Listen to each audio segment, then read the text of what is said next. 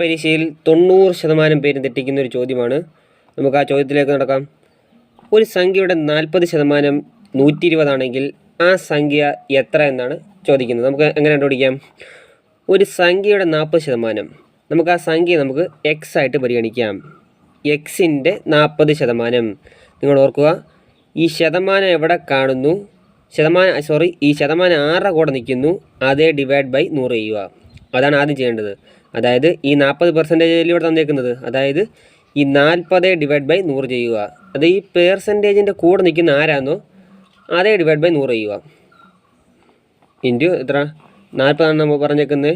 40 divide by 100 ചെയ്യുക. ഈ equal to എത്ര എന്നാണ് പറയുന്നത്? 120 ആണെന്നാണ് പറയുന്നത്. നമുക്ക് എങ്ങനെ പഠിക്കാം?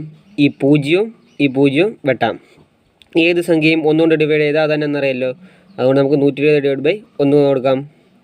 അതുപോലെ തന്നെ എക്സ് ഇൻറ്റു 4 എന്താണ്? 4x ആണ്.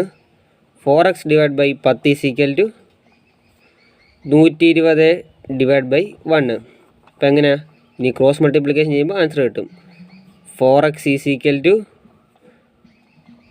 1200. അങ്ങനെയാണ് ഈ എക്സ് ഈസ് ഈക്വൽ എങ്ങനെ എഴുതാൻ പറ്റും? 1200 ഡിവൈഡ് ബൈ 4. എന്ത് കിട്ടി? 4 3 12. ആൻസർ എന്ത്? 300. Option C 300. അപ്പോൾ നിങ്ങൾക്ക് വീഡിയോ ഇഷ്ടപ്പെട്ടെങ്കിൽ ലൈക്ക് ചെയ്യാനും ഷെയർ ചെയ്യാനും സബ്സ്ക്രൈബ് ചെയ്യാനും മറക്കരുത്.